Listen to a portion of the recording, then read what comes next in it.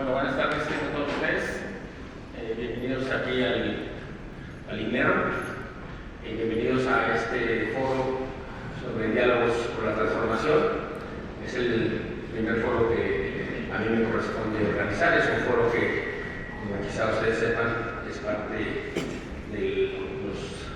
del anuncio que hizo la candidata Claudia Sheinbaum hace aproximadamente mes y medio, en la que anunció que ellos iban a abrir un espacio de diálogo con distintos sectores de la población en una variedad de temas para escuchar, también qué tenían que decir distintas personas, organizaciones y perspectivas para tener un enfoque plural de algunos de los temas relevantes con miras a la elección de 2024. Y los temas que en este caso vamos a abordar en esta mesa son los temas correspondientes a finanzas públicas. Y esta mesa se divide en dos, este panel o este foro. La primera mesa, es la que daremos inicio a continuación, es una mesa que tiene como temas las finanzas públicas como tal, ingresos, egresos y déficit, o el balance presupuestal, en donde la idea es que se aborden los temas relacionados con la magnitud de los ingresos, si creen que hay espacio suficiente para aumentar los ingresos, si creen que es necesario aumentar los ingresos, el tema de los egresos para ver si es necesario o espacio para ajustar también la dirección de los egresos, y el tema del balance un poco para discutir la sostenibilidad de las finanzas públicas en el corto y mediano plazo. Esos son los temas que más o menos se plantea que se aborden en esta primera mesa.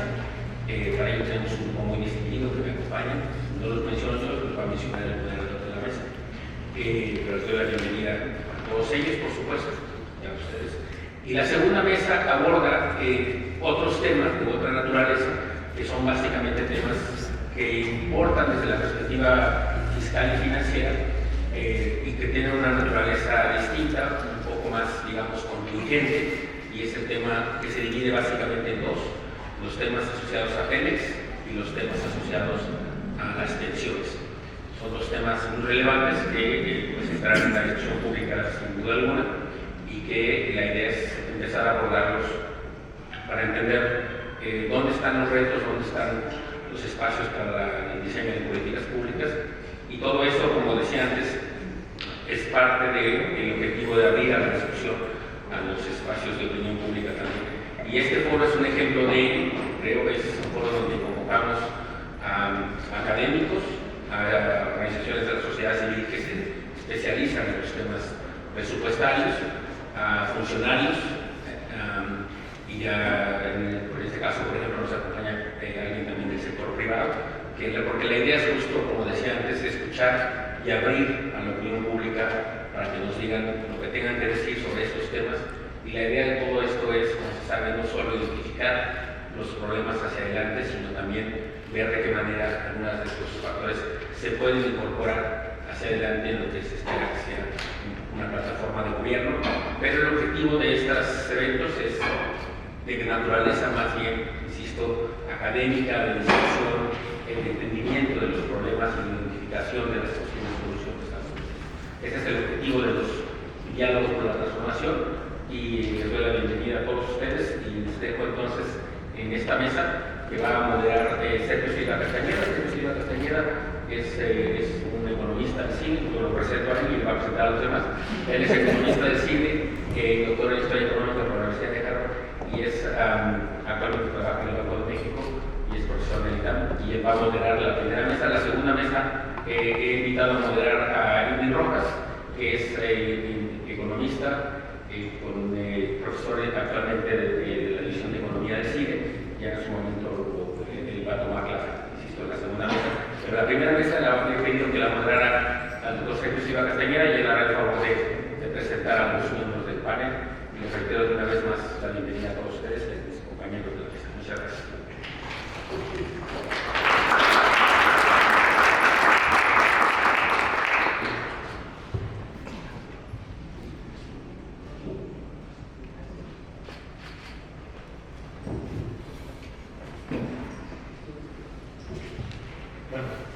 Vamos a empezar. Muy buenas tardes a todos. Es Para mí un honor estar aquí moderando esta mesa de diálogos por la transformación. Como ya dijo el doctor Esquivel, el objetivo de esta mesa es tener una discusión con los especialistas que nos acompañan sobre el asunto de las finanzas públicas, ¿no? ¿Dónde están los retos? ¿Dónde están las oportunidades en materia de ingresos, en materia de deuda pública, etcétera? Y para ello nos acompañan 4 grandes especialistas, a quienes les daré la palabra por 10 minutos, y de modo me toca moderar y ser el logo aquí, 10 minutos estrictos, para que después haya tiempo para una interacción un poco menos formal. Los voy a ir presentando en estricto orden alfabético. Entonces vamos a empezar con Mariana Campos. Ella es economista por el Instituto Tecnológico Autónomo de México y tiene una maestría en Public Policy and Management por la Universidad Carnegie Mellon. A lo largo de su carrera ha formado parte de instituciones como la Secretaría de Hacienda y Crédito Público, el Servicio de Administración Tributaria, la Fundación IDEA y el Grupo de Economistas y Asociados. Actualmente es la directora general de México Evalúa. Entonces, Mariana, si me das favor, 10 minutos dando su planteamiento. Gracias.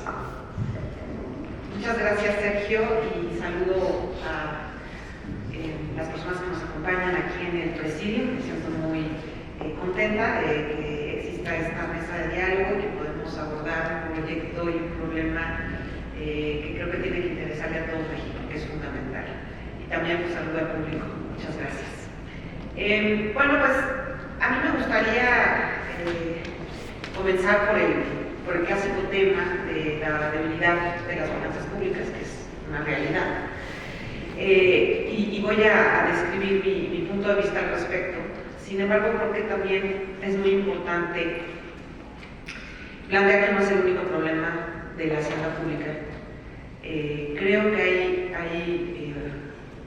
hay otros problemas, sobre todo relacionados con el diseño de la gobernanza y la toma de decisiones, que me parece que tienen que también atenderse a la par que el problema de la debilidad de la hacienda pública. Es decir, el Estado mexicano tiene que garantizar 2 cosas: tener los ingresos suficientes para invertir desde el gobierno y desde el rol del gobierno en el desarrollo de México, y a la par tiene que tener los instrumentos también suficientes y adecuados para tomar las mejores decisiones en esa materia. Y yo creo que ahí es donde venimos estando, en ambas partes venimos estando muy cortos. Yo creo que nos faltan instrumentos, y ahorita los voy a enumerar. Y entonces, de tener una discusión fiscal, que ojalá se tenga, debemos tener una agenda, en mi opinión, que considere estos temas, estos 2 grandes carriles, en una agenda no solamente de una reforma, sino de un conjunto de reformas que debemos plantear para México, reformas de Estado, de corto, mediano y largo plazo. En cuanto a la debilidad de los ingresos, pues bueno, muchos de los que estamos aquí sabemos que México destaca en el mundo por tener una recaudación tributaria baja. Esto no solamente es muy obvio en relación a los países desarrollados, sino también en relación a los países en desarrollo. O sea, en nuestra región, en América Latina, nos comparamos mal, porque estamos aproximadamente 5 puntos abajo del producto en términos de recaudación tributaria. Y estoy hablando a nivel federal. Esta situación se agrava en el nivel local, ¿no? Ahí nuestro rezago, por ejemplo, en predial, pues es bastante fuerte. No se diga si nos comparamos con países como Brasil, porque Brasil va a la delantera en América Latina. Entonces, pues si México recauda, dependiendo cómo lo midamos y que incluyamos exactamente, por alrededor del 17% del producto, pues Brasil anda por el 31-32%. Entonces sí, es una comparación un poquito dramática, ¿no? Y esto obviamente repercute en la inversión que hace el Estado mexicano en distintos rubros de gasto.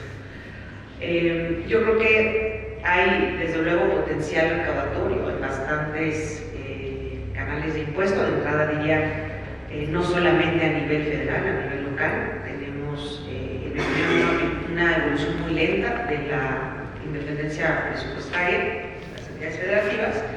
Y ¿a qué hora empecé? Bueno, también el fortalecimiento de las haciendas locales, ¿no?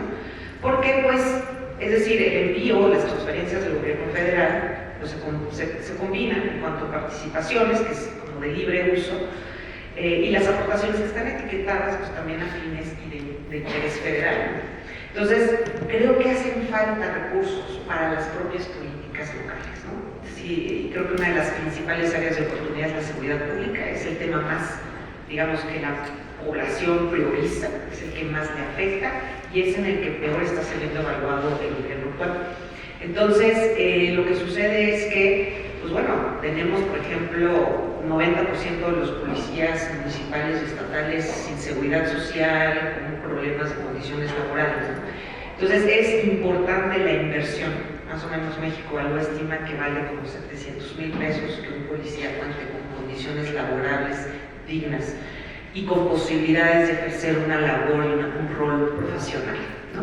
Entonces, estamos invirtiendo, digamos, muy por debajo en ese aspecto, y creo que desde la Federación tiene que haber un liderazgo para fortalecer esas haciendas locales, crear los incentivos desde el nivel federal, ¿no? A la vez que fortalecemos las haciendas locales, creo que los incentivos que se pueden poner en la mesa para ese fin van a servirnos también para la gobernanza de los recursos, ¿no? O sea, el hecho de que los propios gobiernos recauden directamente de sus contribuyentes locales puede, desde luego, incidir en una mejor rendición de cuentas y uso de los recursos públicos. Creo que de manera muy general, porque no hay tanto tiempo, pues tenemos obviamente potencial recaudatorio, yo creo que de manera específica en el ISR de personas físicas. Tenemos potencial recaudatorio en el IVA, dado que muchos productos enfrentan o están tasados con una tasa cero, lo cual en el mundo es atípico. Existen las tasas reducidas, eso sí, especialmente en alimentos y medicinas. Y tenemos también, por otro lado, una tasa de IVA que en mi opinión es baja también en relación al mundo europeo y también de América, ¿no? El predial, desde luego, ahí hay bastante potencial también, con muchas restricciones para cobrarlo, pero hemos hecho estudios de cómo hay instrumentos que hacen falta para mejorar la recaudación. Incluso los gobiernos que recaudan bastante pues tienen limitaciones, tienen una tasa muy alta de falta de pago, o sea, 40% más o menos creo que andaba la Ciudad de México, pero no sé si es el dato actualizado, ya nos dirá Luz Helena, o Monterrey, por ahí revisamos también sus datos. Es fuerte el impago, o sea, es duro ese tema del predial. Hay que ver que los gobiernos estén pues utilizando las herramientas disponibles que incorporen nuevas, ¿no? Yo creo que ahí tiene que haber como un balance entre premios y castigos premios a los que pagan, castigos a los que no pagan. Por ejemplo, el embargo, quizás el seguro de crédito, pero al mismo tiempo también una claridad sobre cómo se invierte. En mi opinión, quizás el predial tiene que dividirse en dos grandes bolsas, ¿no? Una que premia a quienes más pagan y otra que permita la redistribución tan importante para atender desigualdades. En materia de gobernanza, yo creo que es indispensable hablar de varios aspectos. Uno, las empresas del Estado. Están creciendo las empresas del Estado. El gobierno está invirtiendo en negocios estatales que están siendo administrados por la milicia. Y esto nos genera un cambio, no solamente, en mi opinión, importante sobre el rol del Estado, pero ese es quizás asunto de otra mesa. Sin embargo, sí nos crea un tema en la parte de gobernanza y rendición de cuentas del uso de recursos públicos, dado que se trata de militares y bueno, existen algunas prerrogativas distintas en términos de la rendición de cuentas. Entonces, creo que este es un tema clave si se van a administrar más recursos públicos, el cómo vamos a garantizar que estas empresas se administren de manera adecuada. Y yo creo que ahí se tienen que habilitar mecanismos de gobernanza, porque pues la historia de la administración de empresas públicas en México pues no es tan buena, ¿no? Tenemos a Pemex con una importante erosión patrimonial que desde luego no comenzó en esta administración, pero que no se ha resuelto y que pues por cada peso de activo tenemos 2 de pasivo, ¿no? En esa empresa. Creo que va a haber una discusión específica de ese tema, pero creo que es vital y que una reforma hacendaria tiene que comenzar también por comunicar cuál es el proyecto para levantar la sostenibilidad y la rentabilidad de esa empresa, ¿no? El caso de CFE está en una mejor condición. CFE no es dramático, pero sí ha habido una erosión también patrimonial en los últimos años. Entonces yo creo que ahí me preocupa mucho el cómo van a utilizarse los recursos públicos, qué garantías de rentabilidad de los nuevos negocios va a haber, porque pues esto va a ser obviamente una discusión relevante.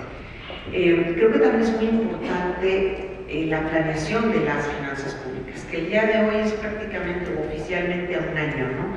El compromiso del gobierno es un déficit anual.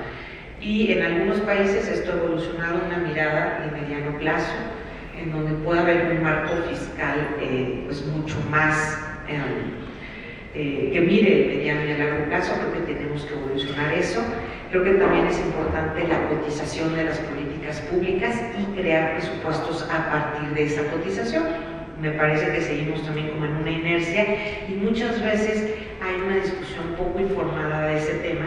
Oye, yo opino que es mucho, o yo opino que es poco. Bueno, ¿cuánto cuesta cumplir con ese derecho?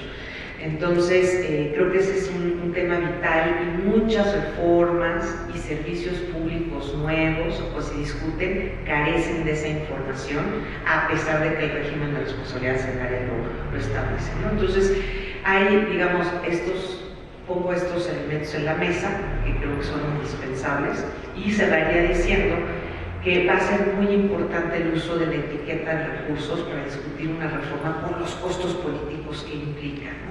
Entonces, ¿cuál es, digamos, el gran propósito, más allá del fortalecimiento de las finanzas públicas? Porque habrá muchos ciudadanos que te digan, pues eso ya yo qué, ¿no? ¿Cuál es el gran propósito? Y creo que ese es un tema indispensable para pensar, y la etiqueta te puede servir para dar certeza y facilitar una acción colectiva de esa naturaleza. Muchas gracias.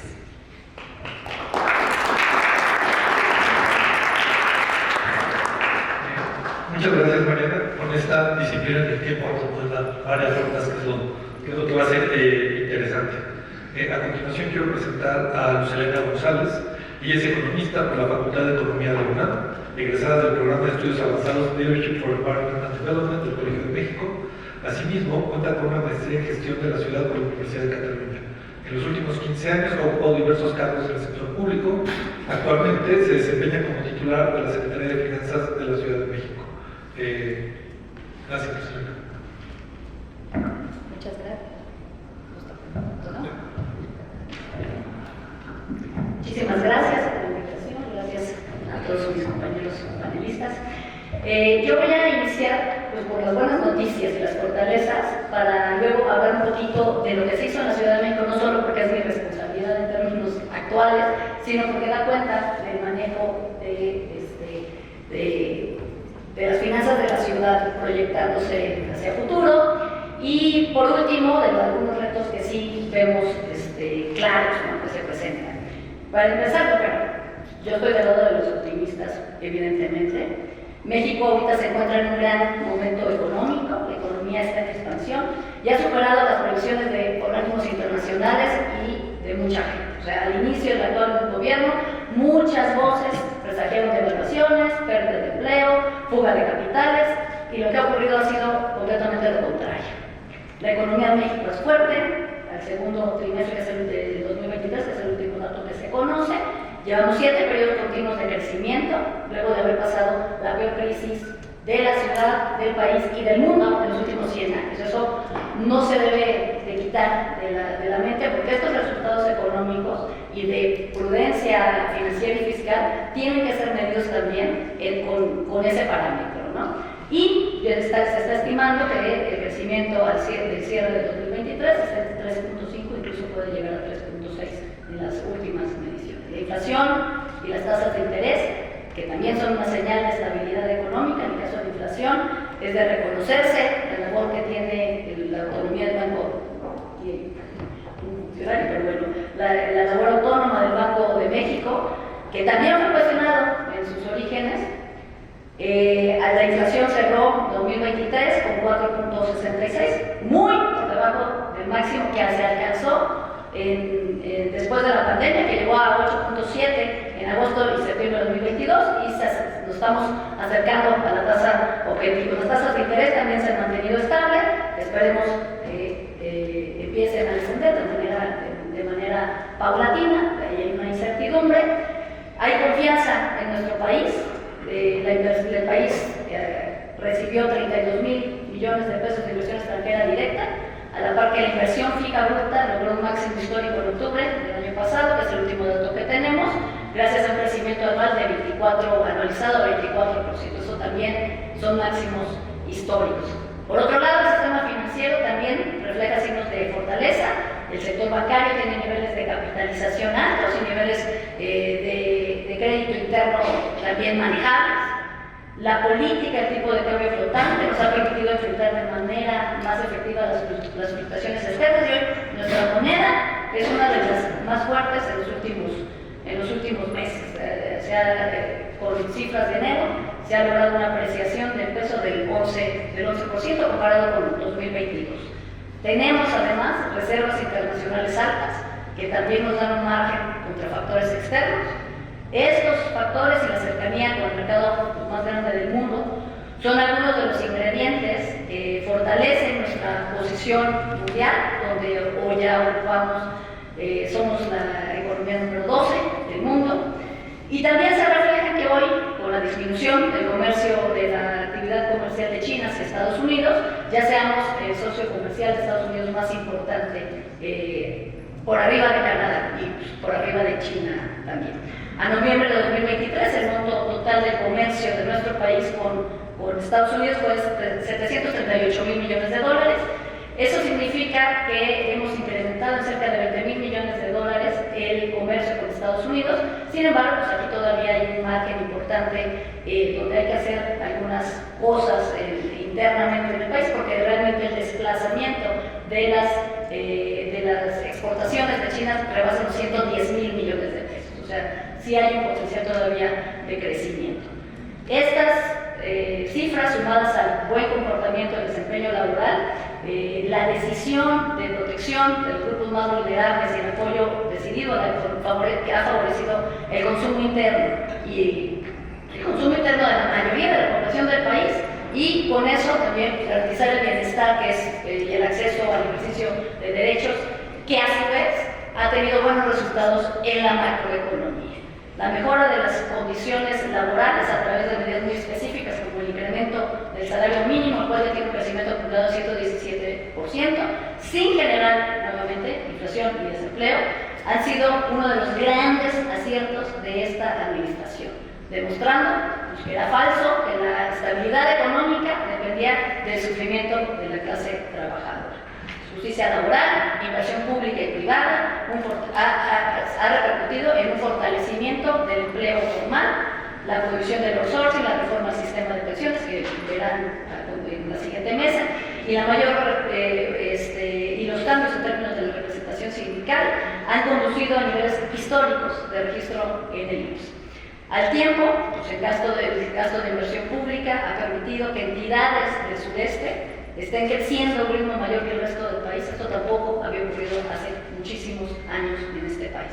Y lo más importante para nosotros, que compartimos con el gobierno, desde el gobierno de la ciudad o el gobierno de México, 5.1 millones de mexicanos salieron de la pobreza entre 2018 y 2022.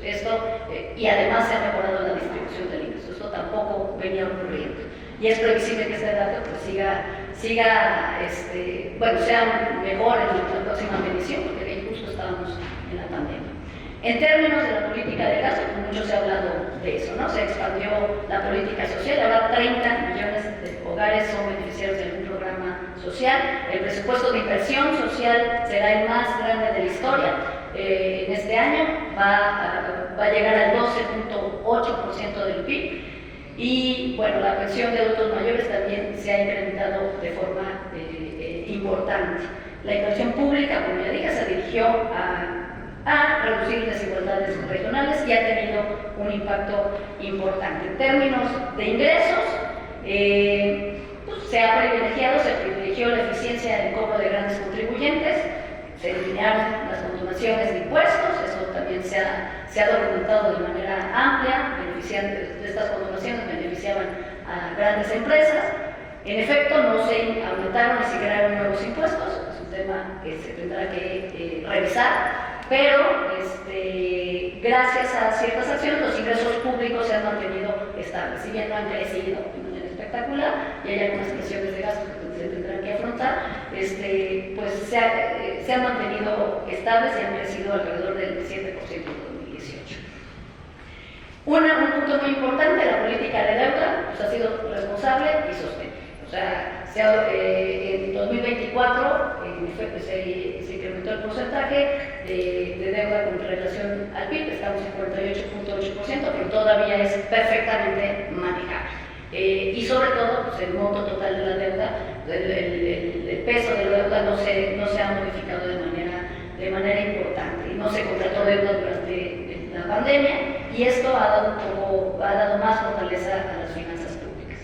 En el mismo sentido, en el caso de la Ciudad de México,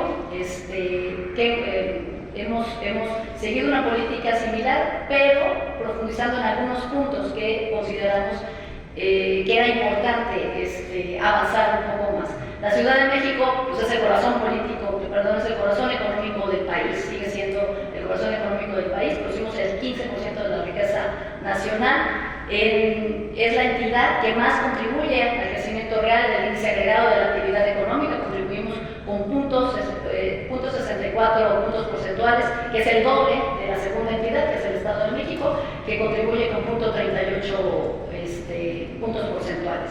La inflación, el último dato que tenemos está en 4.5, con lo que llevamos 43 meses por debajo de la inflación nacional. Se ha trabajado intensamente, hemos trabajado sobre todo después de la pandemia en la fortaleza presupuestal, somos la entidad, a diferencia de otras entidades, que mayor libertad financiera tienen porque se han fortalecido las fuentes de ingresos propios. Nosotros somos la única entidad en el país que casi el 50% de los ingresos son recursos propios, es decir, no dependemos de participaciones y de transferencias federales. Ese es un tema importante hacia futuro, hay que avanzar para que las entidades tengan mucha más solvencia, lo hemos hecho.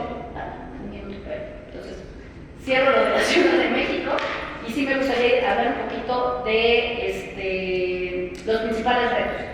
En términos de los temas que más preocupan, yo creo que la fortaleza económica del país hace que el riesgo de una crisis sea relativamente menor.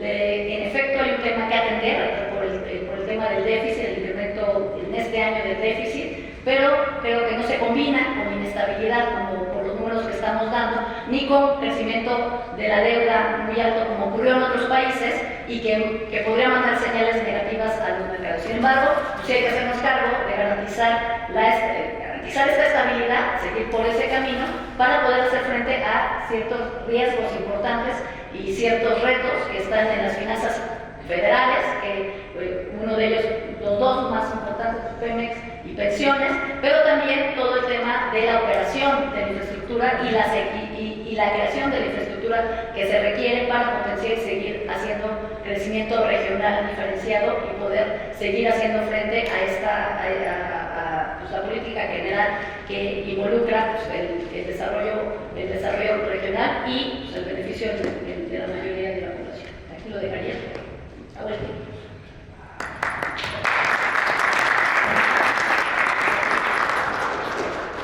Muchas gracias, Luz Helena, perdón por presionar con el tiempo, pero creo que eso nos va a dar oportunidad a después seguir interactuando. A continuación quiero presentar a Carlos Serrano. Él es economista por el Instituto Tecnológico Autónomo de México, obtuvo su maestría y doctorado en la misma materia en la Universidad de California en Berkeley, especializándose en economía, finanzas internacionales y organización industrial. Se ha desempeñado en cargos dentro del Banco Mundial y la Comisión Nacional Bancaria de Valores. Actualmente es economista en jefe de BBVA en México. Carlos, te doy la palabra. Bueno, muchas gracias. Para mí es un honor estar aquí. Agradezco la invitación al foro y aplaudo además esta iniciativa de discutir temas estructurales para el país. Yo primero comenzaría estando de acuerdo con Luz Helena, que creo que afortunadamente estamos en una situación para discutir esos temas fiscales sin tener una crisis por delante. Creo que hay quien dice que el país puede estar en una crisis fiscal, yo no lo veo así. Claramente el país tiene niveles de deuda como porcentaje del PIB, no solamente muy por debajo que la gran mayoría de países emergentes, sino que además son consistentes con la calificación de grado de inversión. Las calificadoras han dado la señal de que esta calificación crediticia va a seguir. Y además es claro que el país pues, no tiene un problema de acceso a los mercados, ¿no?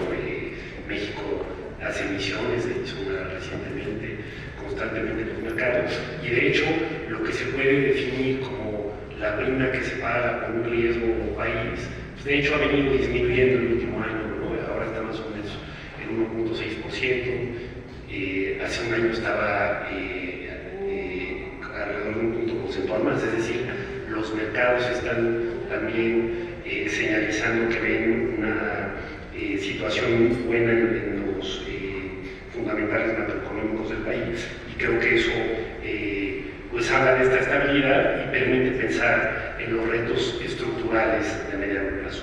Dicho lo anterior, creo que sí hay algunos temas estructurales que vale la pena discutir y que valdría la pena que la siguiente administración pudiera implementar algunos cambios. El primero, ya lo comentaba Mariana, creo que es un reto estructural que tiene México de hace décadas, es que somos un país que somos un recaudador pobre, ¿no? No solamente somos el país que menos recauda en la OECD, sino que en Latinoamérica somos, estamos digamos, en la parte baja de la tabla.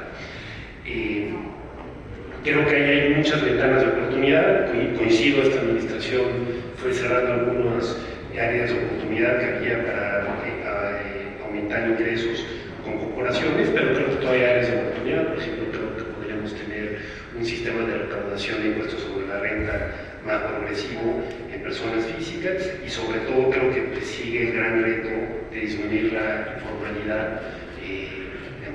Es muy difícil pensar que vamos a tener una recaudación más alta cuando pues, tenemos más de la mitad de la economía en el sector informal. Ese me parece que es el gran reto fiscal. Y además señalar que pues habrá presiones del gasto a lo largo de los siguientes años. Yo sostengo que no creo que vayamos a estar en un problema de sostenibilidad fiscal pronto, pero eventualmente si no hay alguna reforma recaudatoria, pues vamos a tener más presiones de pensiones, ¿no? Hayan escrito sobre eso, vamos a tener la siguiente mesa. Bueno, somos un país que hace una década gastábamos un punto del PIB en pensiones, hoy gastamos 4, y para 2030 estamos gastando alrededor de 5. Esto hay que financiar, entonces hay un reto también. Tenemos también un reto en términos de servicio a la deuda. Ahora que han aumentado las tasas en el mundo, pues el país tiene que gastar más en servicio a la deuda, y hay otro reto importante en ese sentido. Entonces creo que este tema de la baja recaudación, yo diría que es el primer gran reto estructural. Yo no diría, digamos, en términos de gasto, desde luego que siempre hay espacio para eficientar el gasto, pero me parece que ahí, si vemos los principales rubros del gasto, México no es un país que gaste demasiado mucho. Pues, por ejemplo, el gasto social, que ha venido aumentando de manera importante, pues todavía debe aumentar más. Somos el país que menos gasto social tiene en la OCDE, tampoco comparamos bien con América Latina. El problema no es que haya crecido el gasto social, el problema nuevamente creo que es que somos un recaudador relativamente bajo. Un segundo reto estructural que veo para las finanzas públicas es que me parece que se deben de diseñar mecanismos de tal manera que la política fiscal en México pueda ser más contracíclica. Llevamos ya muchos años donde la política fiscal en México es procíclica. Por ejemplo, está el déficit anunciado para este año.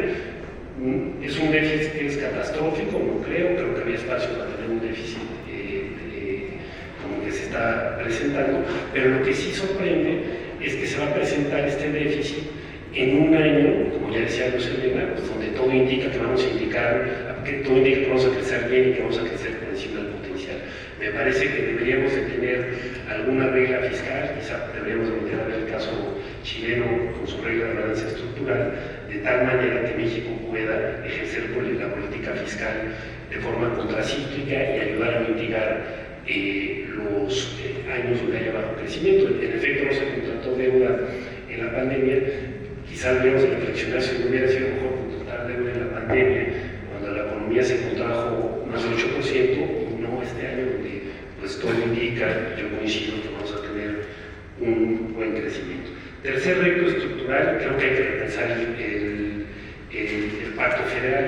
Creo que estamos en un equilibrio donde los estados,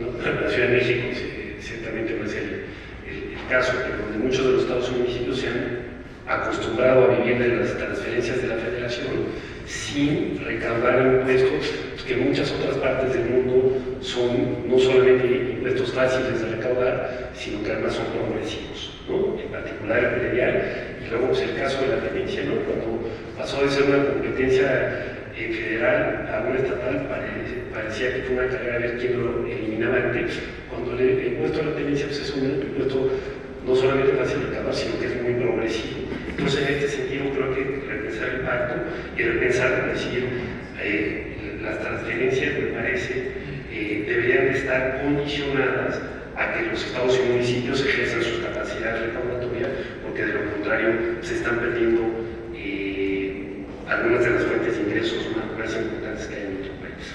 Cuarto, coincido con Mariana, creo que hay un tema de gobernanza de mucho tiempo en las finanzas públicas. Primero hay un tema de discrecionalidad. ¿A qué me refiero con esto? Pues durante décadas ocurre, por ejemplo, que cuando se hace el presupuesto fiscal se subestiman los precios del petróleo, entonces se acaba, cuando se tiene una recaudación más alta, se puede ejercer un mayor gasto, pero este gasto se ejerce de manera discrecional sin pasar por el proceso democrático en el Congreso.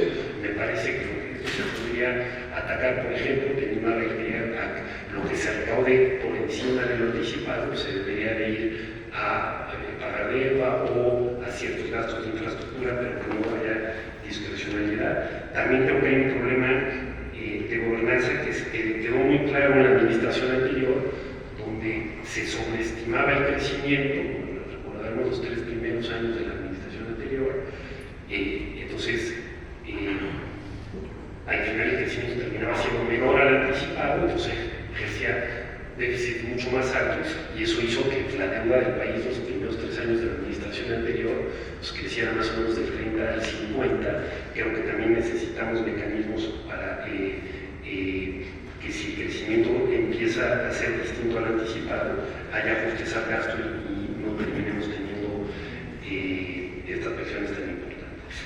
Quinto, no voy a detener mucho, el quinto tema estructural que me parece que hay que entender es el de Pemex, que habrá una mesa al respecto. Pemex representa 20% la deuda del país, en buena medida coincido, ¿no? Esto no se dio en esta administración, en la administración anterior es cuando hubo un aumento muy importante en esa deuda, pero pues hoy es un reto que está ahí. Creo que hay que pensar en el modelo de negocio de la empresa, hay que pensar, me parece, en la posibilidad de reanudar las asociaciones con el sector privado para que podamos atraer capital y experiencia privada para poder aumentar la producción, y que de esta manera Pemex deje de ser pueda representar menos presiones a las finanzas públicas. Y finalmente me parece que con Pemex pues, hay hoy los costos que tiene la empresa para endeudarse son muy elevados, ¿no? Son 600 puntos básicos por encima del soberano. Creo que eso llama ya la atención a dar una solución estructural a la deuda de Pemex. Pemex ya creo que no debería de emitir deuda con estos spreads tan grandes, y había que analizar la posibilidad quizá de que el gobierno federal o emita para capitalizar a Pemex o absorba esa deuda mediante cambios legales para poder así bajar la carga fiscal, pues que al final de cuentas tiene el Estado mexicano. Con esto terminaré. Muchas gracias.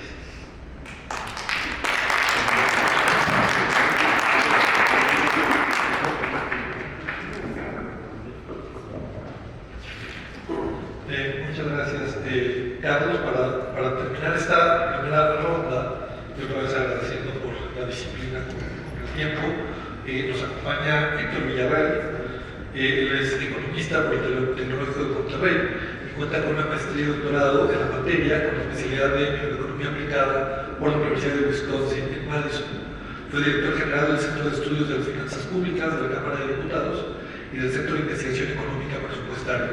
Actualmente se desempeña como profesor de la Escuela de Gobierno del Tecnológico de Monterrey.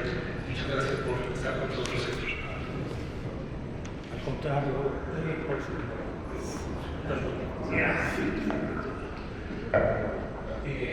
al contrario, agradezco mucho la invitación a las y los organizadores. Creo que es un momento muy oportuno para estar platicando de estas cosas. Para una presentación me voy a ir muy rápido para respetar los 10 minutos. A ver, déjenme partir de una premisa que me parece que es transversal. Ya muchos de los puntos que traigo los comentó Mariana, Luz Helena y Carlos.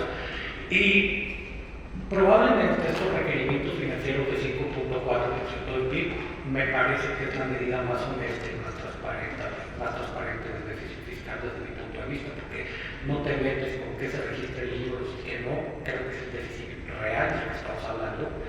Y a lo mejor en un año atípico no asusta a nadie, pero también hay una amplia coincidencia de que no es sostenible.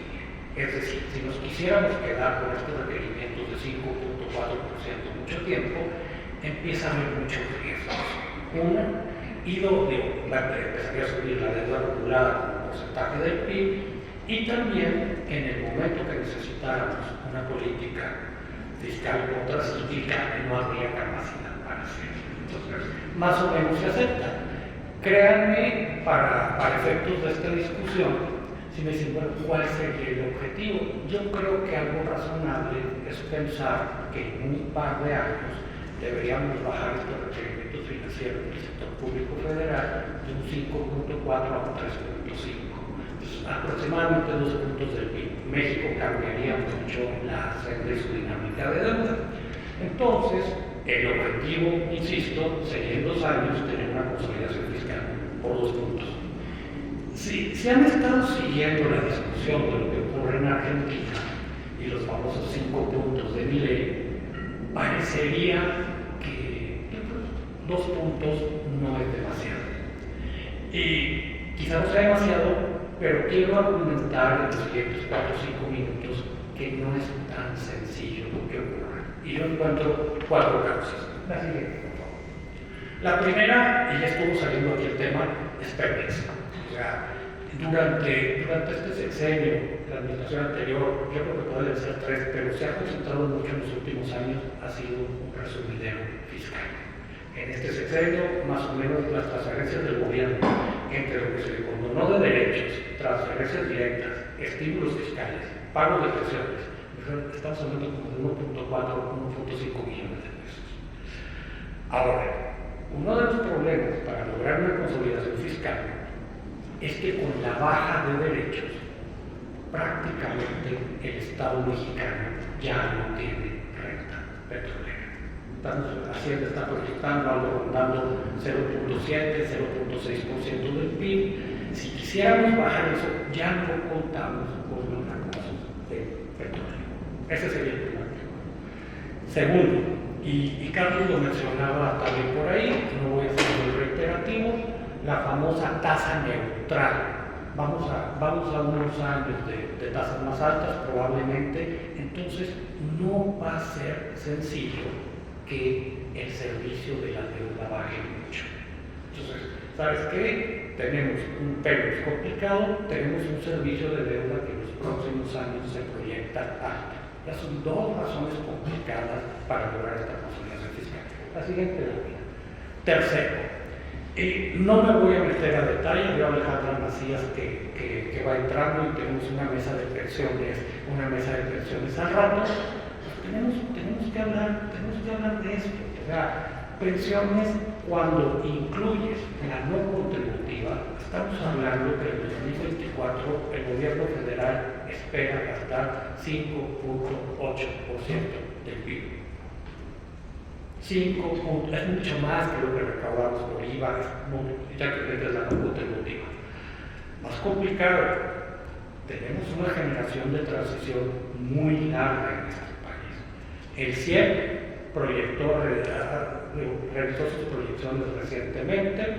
Estamos esperando que en los próximos 10 años el gasto en pensiones suba entre 6 y 7% anual si no se hace nada. Con una economía aún creciendo vigorosamente, esto se va a comer cada vez más del pastel. Y las reformas a pensiones, particularmente cuando se afecta algo que parece un derecho adquirido, saca a la gente a las calles. Hay que ver lo que sucedió en Francia, es una economía política complejísima. Cuarto factor, lo que gastamos en salud. México gasta muy poco, nos quedaron secuelas de la pandemia, hay programas de vacunación donde vamos retrasados, hay población con carencias de salud, y si vemos los acuerdos que se están firmando de bienestar, al menos hay 4 o 5 estados que traen unas secciones para terminar. O sea, queda mucha ambigüedad de quién va a ser responsable en algunos gastos. Entonces, de entrada, quiero recapitular un momento. El objetivo es en un par de años bajar tus requerimientos financieros, 2 puntos, pero traes en contra pensiones, un servicio de deuda alto, Pemex y el problema que tenemos que sí o sí meterle más dinero. ¿Qué hacer? Entonces, digo, la respuesta lógica, la siguiente, por favor, es una reforma fiscal. Pues sí, vamos a tener que hacer una reforma fiscal. El problema es que con una reforma fiscal chiquita no nos alcanza. Ya, punto. Entonces, yo los quisiera invitar a que más que una reforma fiscal, pensemos en un replanteamiento fiscal, mucho más amplio, mucho más generoso, al menos en un plan de se vale imaginar. La siguiente, por favor. Y este gran replanteamiento fiscal o esta reforma, como le quieran llamar, en mi opinión, tendría que ser una mesa sustentada con 3 patas. La primera es más lo que se conoce como una reforma fiscal clásica. Necesitamos revisar bases de contribuyentes, bases gravables, debemos de ser modelos contra evasión, hay muchos gastos fiscales que en el país ahorita ya no hacen ningún sentido y ver cuánto podemos agarrar de ahí. Yo creo que eso es bien importante. El segundo elemento tiene que ver, ya también por ahí Carlos utilizaba una idea, tenemos que meternos con las finanzas subnacionales. Qué bueno que esté aquí Lucelena. En particular, les quiero recordar, está esta discusión del nuevo modelo central estatal con cohesión social, de más de 20 entidades federativas que ya firmaron, es por apoyo de la Unión Europea, y que ha habido discusiones muy interesantes. Afortunadamente, las secretarias de finanzas, los secretarios de finanzas ya aceptaron que van a tener que tener mayores ingresos. Y vamos a ir sobre 3 años y se necesita revisar tenencia, ver con una tenencia modificada, más con criterios ambientales, algo más moderno. También vamos a tener que revisar los impuestos secundarios, que están altamente desaprovechados en muchos lugares. Ahora, el asunto aquí es subir ingresos subnacionales y que esto termine engordando gasto administrativo, pues yo creo que nos serviría de muy poco. Que nos metemos a otro tema. Cuando tú revisas la nueva Constitución, pues la responsabilidad del gobierno federal está relativamente clara. Irónicamente, la de los municipios también. La de las entidades federativas no. La ley es muy ambigua. Entonces, yo creo que no se trata solo de tener ingresos. La federación con muchas cosas no va a poder sola. Tenemos que ver qué le vamos a pedir a las entidades federativas en términos de salud, en términos de educación, en términos de infraestructura, en términos de seguridad pública, y que haya un buen diseño. La tercera pata de la mesa, tenemos que repensar la seguridad social. Y a mí me preocupa mucho la idea de cuando tú ves números, en las circunstancias del país, no hay manera que transitemos al menos en el corto y en el mediano plazo a un modelo beverage. Dígase, asistencia social financiada con impuestos generales. Esto no va a ocurrir y aquí llega vemos los números. Va a tener que ser la seguridad social. Y si tú te pones a revisar los sistemas fiscales de todas las economías desarrolladas, los ingresos de seguridad social tienden a ser una parte muy importante del sistema fiscal. Es mucho mayor para prácticamente todos los países desarrollados que los indirectos, los impuestos indirectos. Entonces, ¿por qué México tendría que ser una excepción? Obviamente está el problema de la formalidad, pero entonces aquí es el llamado a que repensemos las cosas. O sea, que dejemos de pensar como país tercermundista, bananero, latinoamericano, que decimos, ¿sabes qué? Cobro con indirectos, ya hago transferencias, luego directas para compensar. Tendríamos que meter ingresos y gastos al sistema renta y empezar a hacer un neteo y empezar a pensar, por ejemplo, en impuestos sistema renta negativos en lugar de tanto programa social fraccionado, un sistema fiscal integrado donde la reforma clásica, lo que ocurre en los estados y la seguridad social se habla. Y creo que ese es el planteamiento al que podemos aspirar. Yo pararía.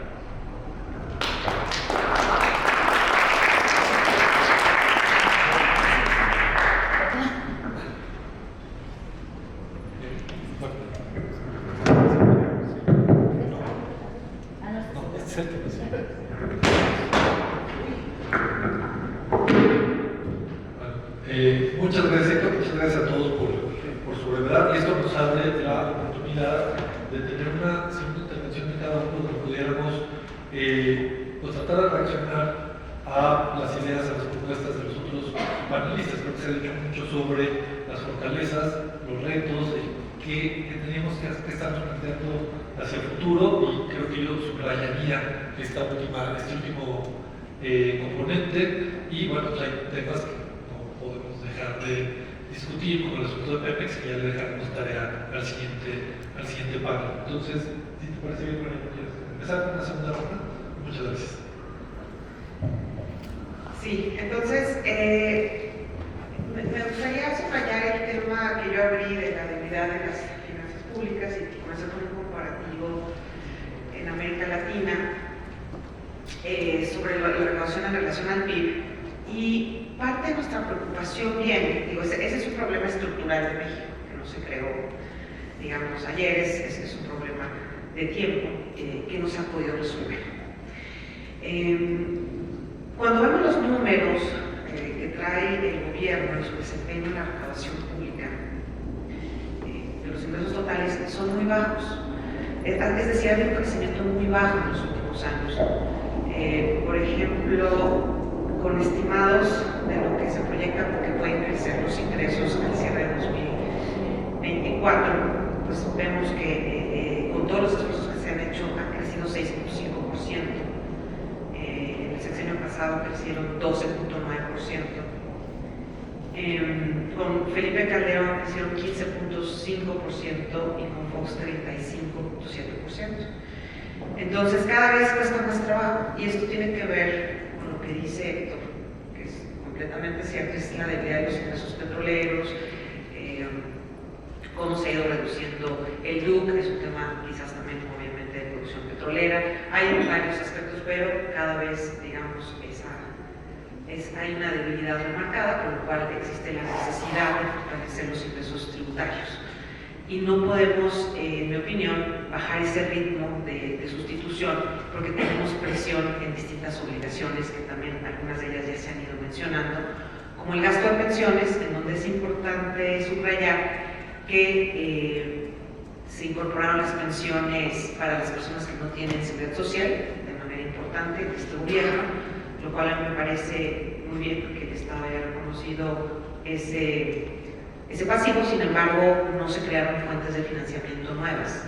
Entonces, mucho del acomodo de ese crecimiento, que me parece que andaba como en 800% en relación al tamaño que tenía el programa al inicio del sexenio, ha venido también a partir de recortes que ha habido en otras áreas de gasto.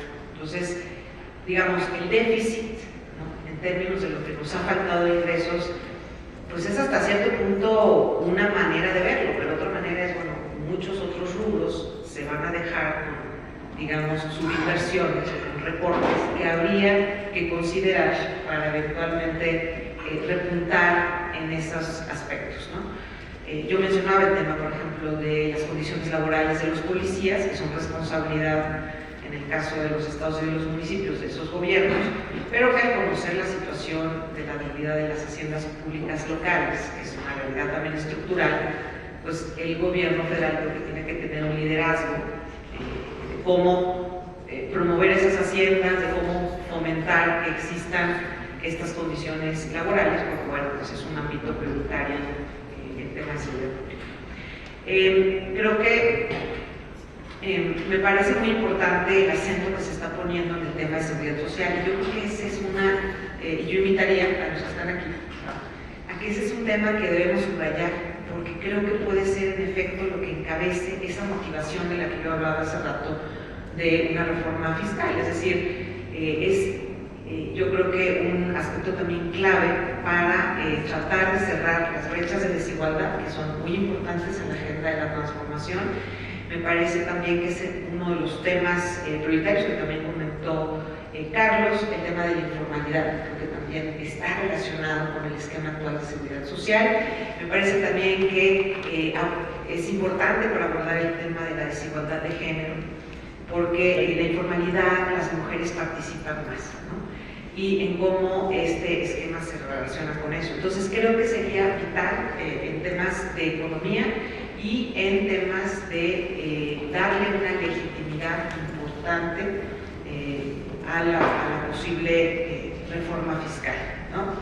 Y en ese sentido creo que el gran debate está en el financiamiento de la seguridad social. Ahorita ya Héctor nos comentaba su punto de vista sobre cómo financiar la seguridad social, si las cuotas o los ingresos generales. La transición no es fácil. En este momento hemos ido financiando esquemas de protección social, dada la carencia de un esquema universal a partir de ingresos generales. El día de hoy lo que está pasando pues, es que con los ingresos generales estamos financiando la pensión de los adultos mayores, ¿no? Entonces yo creo que el gran punto es cómo transitar de dónde estamos hacia ese, si ustedes quieren llamarle sueño, de reducir informalidad, de generar un esquema más uniforme para los mexicanos, y por ahí pasa también el sistema de salud, ¿no? Actualmente tenemos una propuesta con este nuevo IMSS Bienestar, que no es exactamente el programa que conocíamos como IMSS Bienestar, sino es un nuevo organismo, y de cuál va a ser la gobernanza de ese organismo. Yo creo que se vuelve fundamental regresar a un mecanismo que perdimos, que es la presupuestación por usuario.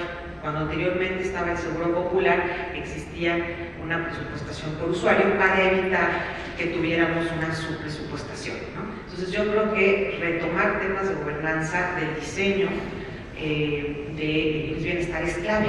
¿Cuánto vamos a presupuestar por usuario? ¿Qué beneficios van a tener esos usuarios?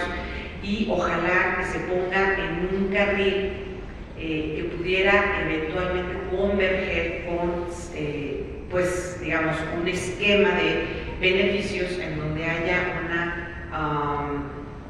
una convergencia eventual hacia lo que reciben el resto de mexicanos que están en la economía formal. Yo creo que es deseable que esa convergencia se plantee desde ahora. Sé que no es fácil que se haga en el corto plazo, y más con los problemas que tenemos de presiones en las finanzas públicas, sino que se pueda ir haciendo esta planeación para que suceda eventualmente, porque sí es deseable, ¿no? Entonces, otros aspectos que también es importante plantear en temas de calidad del gasto público es el tema de las contrataciones públicas, ¿no?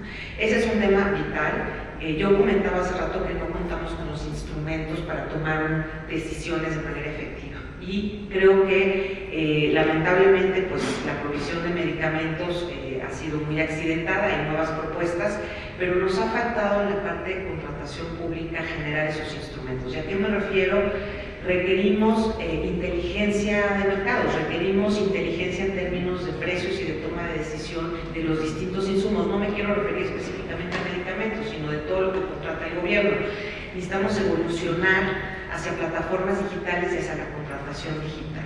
El Estado mexicano evolucionó su brazo recaudador, ¿no? Y y ha logrado mucho a partir de la recaudación digital. Lamentablemente no evolucionó sus habilidades o sus capacidades en términos de contratación digital, ¿no? El Compranet es una herramienta ya pasada y necesitamos generar las transacciones de manera digital para aprovechar esa información y generar inteligencia para la evaluación de proveedores, generar inteligencia para abatir los riesgos de corrupción y dar insumos a los tomadores de decisión en materia de contratos públicos. Creo que ese es un ámbito que no puede descuidarse cuando buscamos más recursos y generar eficiencias en el gasto.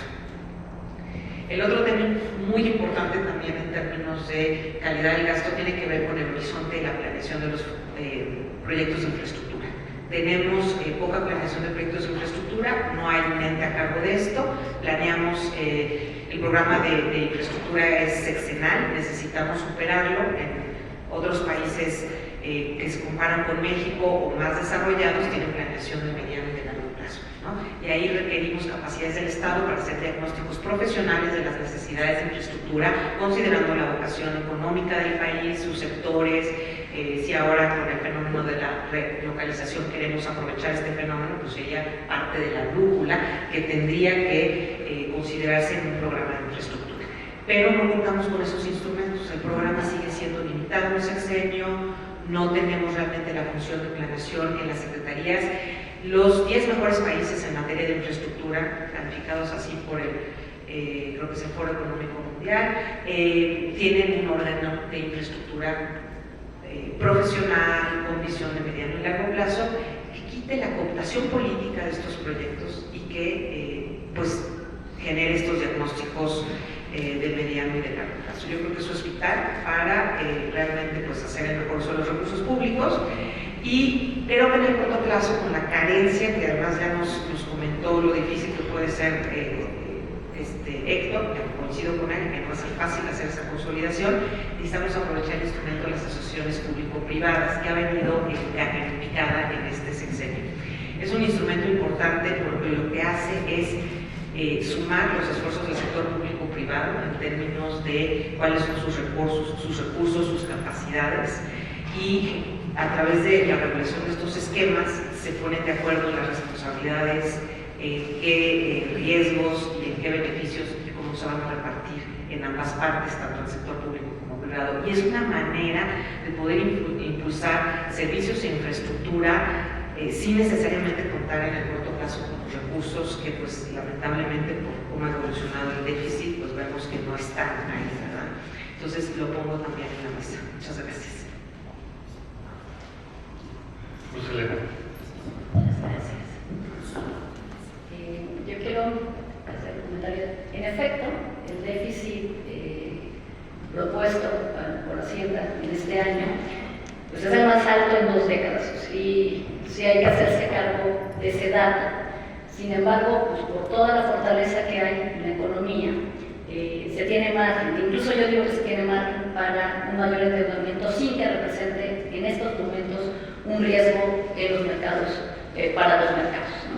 Entonces, sin embargo, sí estamos de acuerdo en que el déficit tiene que regresar a los niveles en los que lo traíamos, ¿no? Y eso, pues evidentemente es un reto en términos de las finanzas públicas por todo lo que hemos visto en términos del gasto. O sea, hay que hacernos cargo que hay que garantizar la estabilidad económica, pero que esta permita garantizar todas las presiones de gasto y seguir invirtiendo para la infraestructura que se requiere. Por eso, o sea, yo estoy convencida que el manejo de la deuda tiene que seguir siendo responsable, prudente.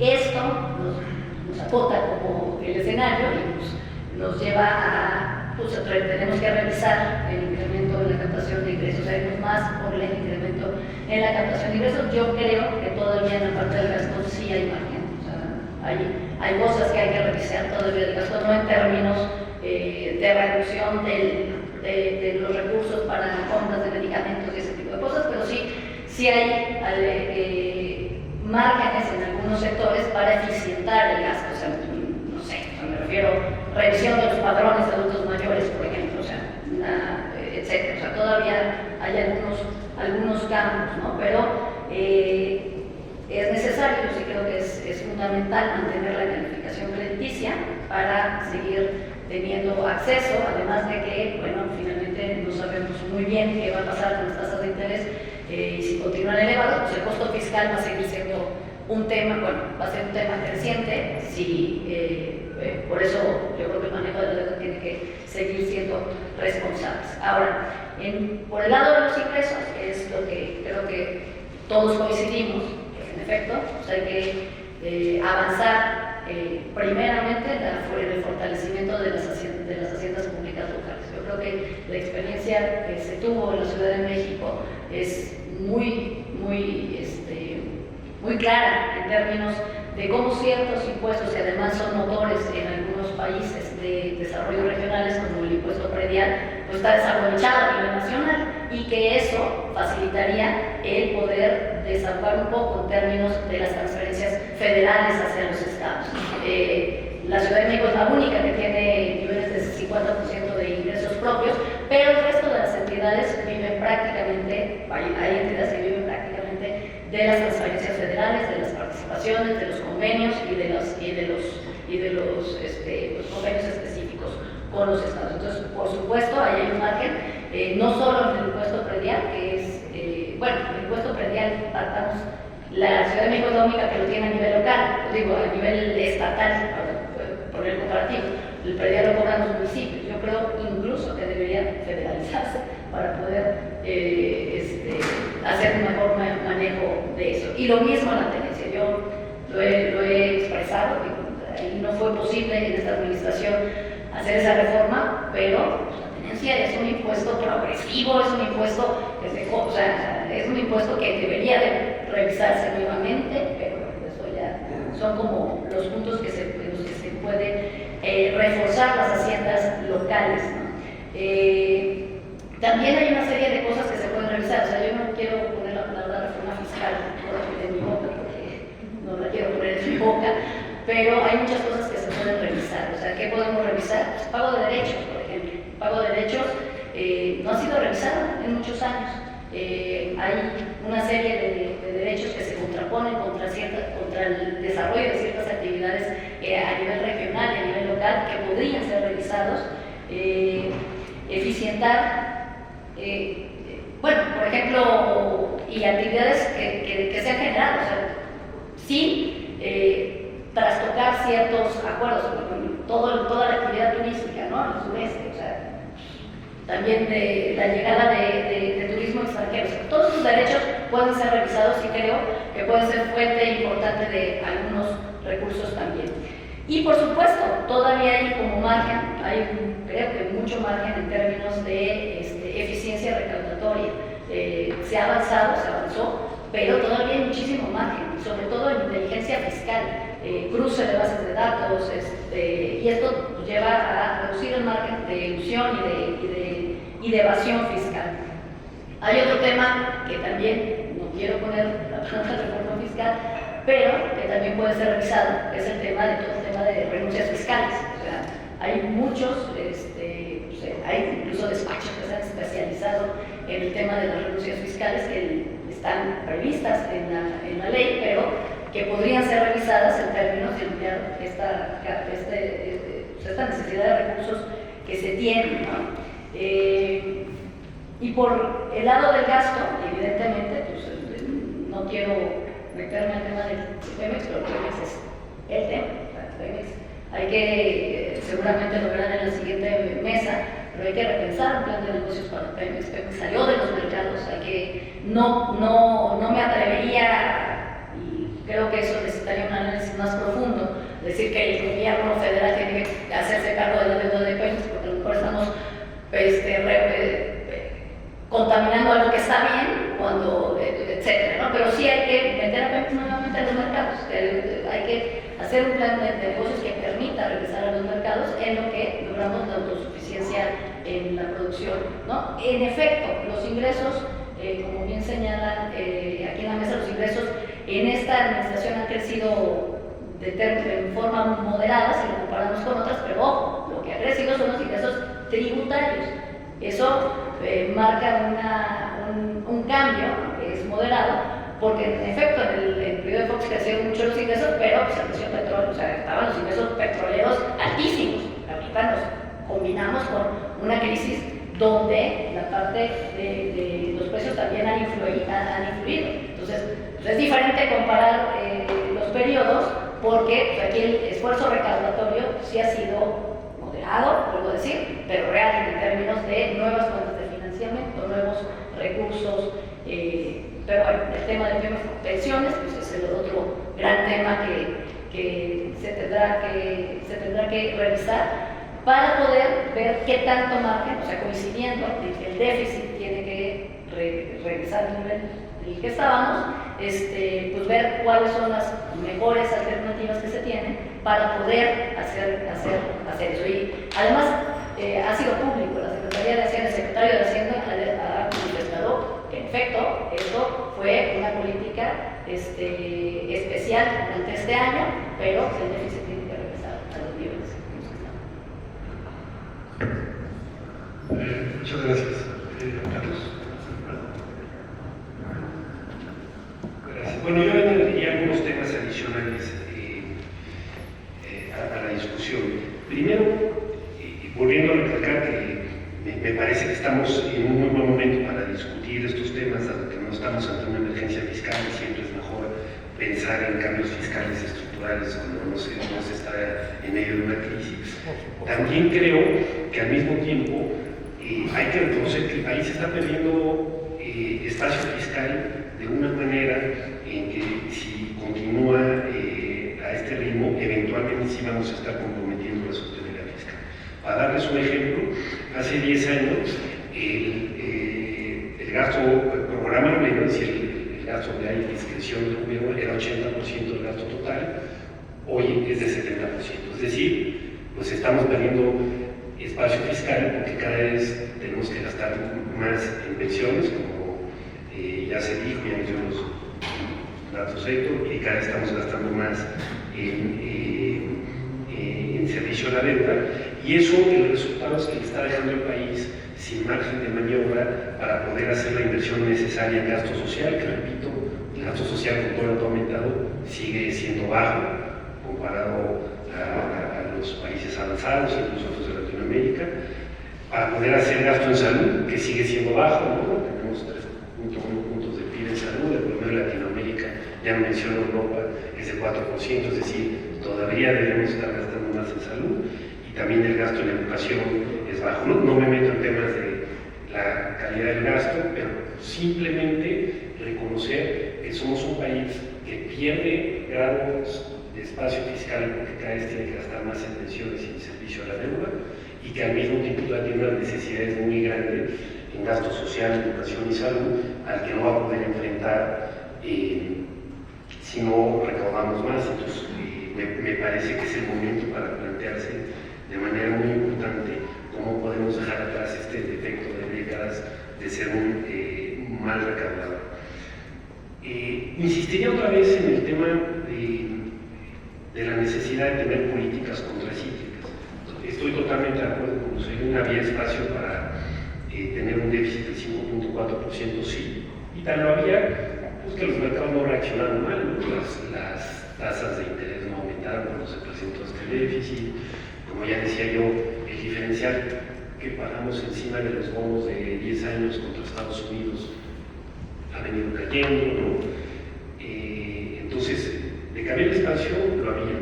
Lo que sí creo es que nos debemos de hacer la reflexión si era el mejor momento para tener este déficit. Repito, uno, pues lo vamos a tener cuando la economía va a estar creciendo por encima del potencial. Me parece que es mejor guardarse las balas y poder tener no hay que satanizar los déficits pueden ser útiles en ciertas ocasiones, pero creo que guardar las balas, uno, para situaciones donde haya crecimiento malo o una crisis económica, y también creo que hay que tener la reflexión de si era el momento de tener este déficit por el entorno de tasas de interés. Creo que es mejor tener una estrategia donde cuando sí podamos endeudarnos y podamos tener déficits altos, por ejemplo, para construir proyectos de infraestructura, pero el tener un déficit de 5.4% cuando estamos en un pico de tasas de interés altas en México y en el mundo, me parece que quizá no era el mejor momento. Y en este sentido, otra reflexión que me parece que debemos de hacer es si es necesario en el diseño institucional fiscal de México contar con un Consejo Fiscal Independiente como tiene Chile o como tiene España, que si bien no ejerza la política fiscal, sí pueda dar recomendaciones acerca de en qué parte del ciclo económico se está, para ver si se debe de implementar un déficit o no, que pueda dar un consejo a ver si se tiene una regla estructural sostenible o no, que pueda dar consejos en términos de cómo estamos respecto al crecimiento potencial, ¿no? Entonces, insistiría en la necesidad, esto no es un problema de ahora, es un problema de siempre, pero de poder tener la posibilidad de ejercer políticas fiscales contracíclicas. Estoy totalmente de acuerdo con todo lo que menciona Mariana en términos de proyecto de infraestructura. Creo que el país necesita un banco de proyectos que se puedan, que estén listos para hacerse con criterios técnicos en los que se puedan medir el costo-beneficio, la externalidad social de cada proyecto para que se puedan implementar. En lo de las APP estoy totalmente de acuerdo contigo. Esto no es un tema de ideología. El país no tiene el espacio fiscal para construir la infraestructura que se requiere para atraer la inversión de la relocalización. Esa es la realidad. Entonces creo que hay que aprovechar los recursos del sector privado, sobre todo los que van a fluir a través de los fondos de pensiones, para construir la infraestructura que necesitamos como país, y en ese sentido creo que las APPs son fundamentales. Y también creo que en el propio gasto de infraestructura hay que también poner una dimensión contracíclica. México ha tenido, creo que hemos desperdiciado dos periodos muy importantes. Las tasas en el mundo estuvieron bajísimas desde la crisis financiera global hasta 2016. Ese era el momento para aumentar la deuda e invertir en infraestructura y gasto social. Lamentablemente se aumentó la deuda para financiar gasto corriente en la administración anterior, pero creo que debemos de tener una visión para poder financiar nuestra infraestructura de manera contracíclica. Y finalmente, en lo que hablábamos del gasto, pues no puedo coincidir más con Selena. Creo que no tenemos un problema, como ya mencionaba, de montos de gasto social. Al contrario, creo que el país debería gastar todavía más. Hay que buscar cómo financiarlo, pero hay que tener mayor gasto social, pero me parece que sí tenemos que tener una mayor focalización, y en particular algunos de los programas que son universales pues terminan siendo regresivos, y habría que tener la forma, no es fácil, pero de buscar una mejor focalización para que realmente los programas sociales lleguen a las personas de menores recursos, y de esta manera puedan ser más progresivos y que no sean regresivos como algunos hoy.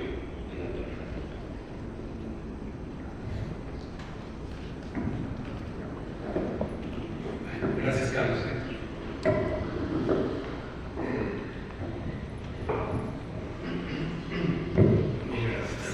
Unos puntos bien breves. A ver, una cosa muy positiva que ya empezó a salir de la mesa. Es mucho más fácil hacer reformas con un país creciendo, probablemente con un país muy atractivo en un momento claro, que cuando hay una crisis macro. La diferencia es abismal y terminan siendo cosas que mejoran el bienestar de la población versus sufrimiento de corto plazo. Ahí, y con mucho respeto, hay una distancia gigante con respecto a lo que está sucediendo en Argentina. O sea, entonces sí es importante ubicar eso.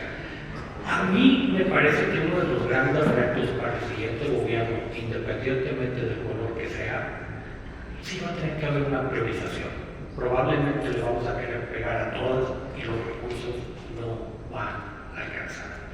Y empezar a reconocer estas cosas. Insisto, sigue la mesa de pensiones.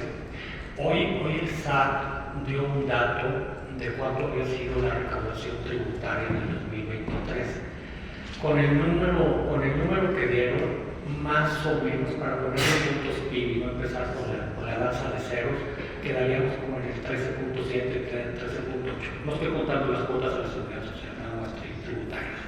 Bueno, si la tiene 7 y el sistema de pensiones que tenemos ahorita crece al 6 o al 7 en los siguientes 6 años y nuestra economía creciera al 3 en el año 2030, el gasto en pensiones, incluyendo las no contributivas, sería como 7% del PIB, más del 50% de lo que se recaudó en el 2023. De ese tamaño está el problema. Y creo que ya entrados en gastos, si vamos a ir a un gran replanteamiento, tendríamos que ponernos a discutir nuestras instituciones. Y ya se lo ahorita en la mesa, la mencionó por ahí Carlos, yo creo que sí es muy buen momento de hablar de un consejo fiscal. Y creo que este consejo fiscal tiene que estar en el legislativo y ser capaz de decir cosas que a nadie le gusta escuchar, que no haya una carrera política de por medio, simple y sencillamente alguien que salga, que haga proyecciones, hay varios modelos que se pueden discutir, que nos hablen de ingresos, de gastos, de endeudamiento. Y bueno, ya andando en ese tenor, creo que es muy buen momento de discutir y ser bien honestos sobre la Ley Federal de Presupuesto y Responsabilidad Hacendaria, porque estamos haciendo cosas que de repente nos gusta voltear a otro lado. A ver, para empezar, pues estamos usando déficit para financiar gasto corriente. Punto. Yo no sé, hay por ahí, alguien pudiera hablar de un argumento de, bueno, es que si tú consideras los pasivos contingentes, estamos haciendo una transferencia, entonces esto lo puedes ver como inversión, un poco de imaginación, hay un balance. Ok, pues vamos platicándolo si se vale o no, y a qué costo. También, a lo mejor porque trabajé en el Centro de las Finanzas Públicas de la Cámara de Diputados, me duele el papel marginal en el que está cayendo el Congreso en términos de finanzas públicas. Hay una simetría ridícula con respecto al Ejecutivo, que es por el mismo diseño de la ley. Hacienda te manda un presupuesto cuadrado. Tú estás obligado, como diputada, como diputado, como senador, como senadora, quieres hacer una propuesta, pero encuentras una fuente de ingresos, no tienes la capacidad técnica para hacerlo, o haces un reacomodo de gasto. Te van a matar los de la Comisión a los que quieras moderarlo, pero el primer saque lo hace Hacienda con un poder completamente asimétrico. Esto tiene que cambiar, porque el espíritu de la ley de una Cámara de Diputados que decidía las finanzas y el gasto público, en el mejor de los casos es comedia. Entonces, casi todo está comprometido, casi todo te llega ya cuadrado, no pueden hacer nada. Entonces, sí o ya de plano ser muy honestos y decir, pues bueno, nos quedamos con el modelo que tenemos, que tiene estos pros y estos contras, pero no se están cumpliendo muchas cosas. ¿Por qué es importante? Porque si vamos a ir a un replanteamiento a fondo, sí vamos a necesitar un involucramiento de la población muy profundo. En las cosas que hay que hacer, va a haber ganadoras, ganadores, perdedores y perdedores. Entonces, pues más nos vale que todo esto sea transparente, poder darle aire a la casa.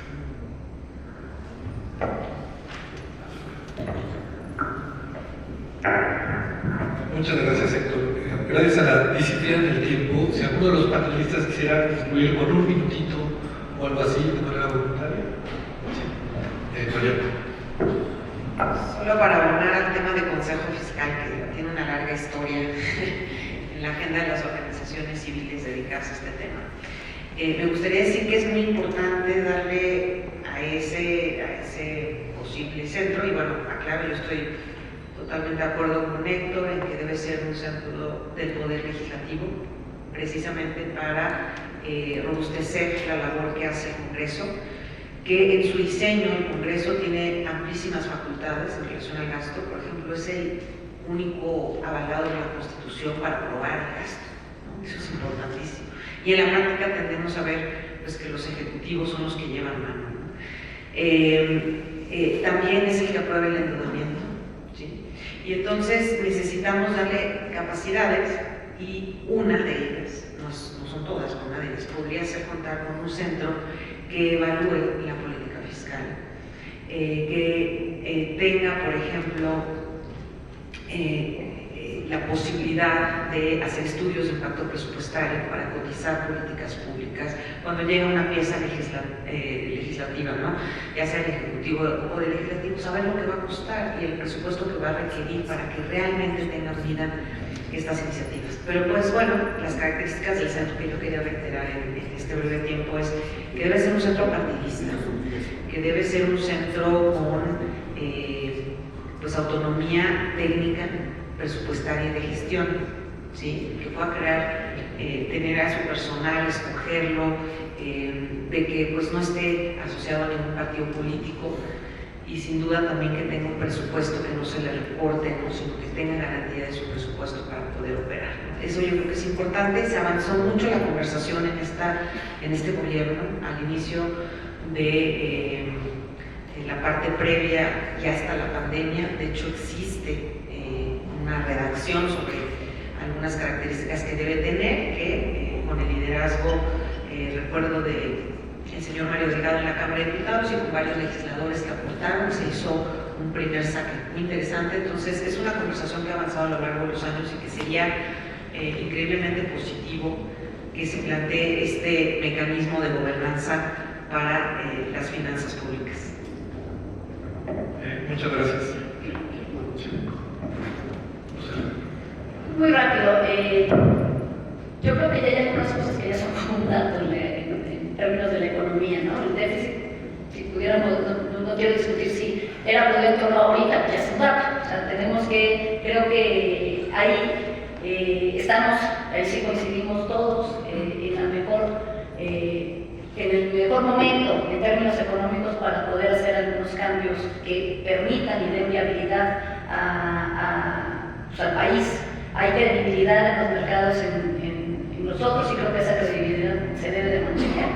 Y, por supuesto, hay que empezar a plantear el fortalecimiento de los ingresos en función de nuevos instrumentos y de nuevos mecanismos que permitan darle viabilidad a las presiones de gasto que tenemos. Entonces yo creo que estamos en el mejor momento para hacer este tipo de cambios y de buscar estos instrumentos. Yo no hablaría de APPs como tal, o sea, obviamente se requiere de inversión privada, obviamente se requiere de inversión privada para las necesidades de infraestructura. Habrá que ver de qué forma se cristaliza esa inversión privada, ya se está haciendo, y cómo potencia el desarrollo del país. Muchas gracias. Muy breves, dos puntos. El primero, y coincidiendo con Mariana, creo que sí vale la pena hacer la reflexión acerca de la necesidad de tener o un consejo fiscal independiente o un órgano que auxilie al legislativo. Con esto, quiero ser claro, no me parece que debamos de tener un órgano que tome decisiones fiscales sin que haya pasado por los procesos democráticos, sin duda, ¿no? O que impongan, ¿no? Eso, la sociedad elige a sus gobernantes y a través del proceso democrático se debe ejercer la política fiscal, tanto del Ejecutivo como del Legislativo. Pero sí coincido con Mariana en que tener un órgano que asesore a los gobiernos, tanto al Ejecutivo como al Legislativo, y que informe a la sociedad de los costos de distintos programas puede ser muy necesario, y eso no interfiere en absoluto con el proceso democrático. Y segundo, coincidir con esto, me parece, y en ese sentido vuelvo a aplaudir que se haga este foro, que realmente tenemos que hacer el ejercicio como sociedad de decidir si queremos tener más recursos para tener mejor infraestructura de salud, mejor educación, tener un gasto social más progresivo. Eso hay que financiarlo. Y Eso hay que discutirlo en el proceso político, eso hay que transparentarlo a la sociedad, y el votante es un votante maduro que podrá entender pues, que este tipo de política requiere un mayor gasto, que se tiene que financiar, y que para ello hay que pasar por medidas que impliquen una mayor recaudación. Y entonces, por eso nuevamente he hablado de este esfuerzo que me reúne.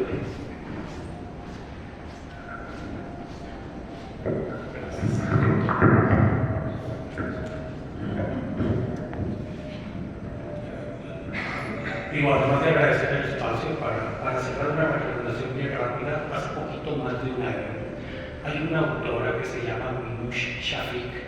Ella era la decana en la Escuela de Seguros Económicos, ahorita está presidenta del sistema de la Universidad de Columbia. Sacó un libro que lo recuerdo como lo que nos debemos. Es un nuevo contrato social para el siglo XXI. Recomiendo mucho su lectura. Y yo creo que si queremos pensar este nuevo contrato social en México, va a tener que pasar por la física. Entonces, espero que esta discusión permee las campañas y que iniciando el nuevo gobierno nos pongamos a trabajar.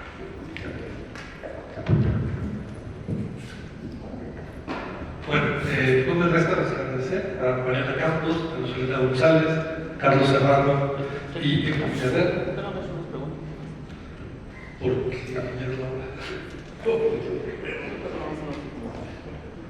bueno, tendremos espacio para un par de preguntas.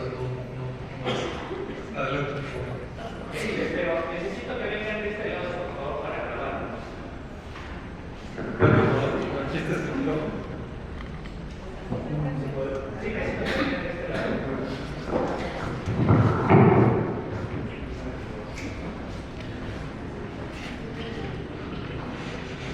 1, 2, 3. Hola, buenas tardes. Raúl Hinojosa, profesor de la Universidad de California, Los Ángeles, el otro México.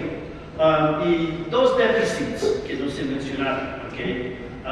Uno es de los 12 millones de gente que puede votar en Estados Unidos, que mandan 60 mil millones de dólares para acá, doble de las inversiones extranjeras, de cual hicimos un estudio de que gran mayoría, más de casi 10 mil millones de dólares se va en IVA, pero que casi nunca llega a las comunidades, a los 900 municipios, si se hace un análisis. Entonces, hay un fuerte déficit, vamos a decir, en términos de una redistribución y unos gastos. Y otro déficit similar conectado es déficit de medio ambiente y biodiversidad. México ahorita tiene déficit en llegar a sus metas de 35% de energía renovable, muy grande déficit.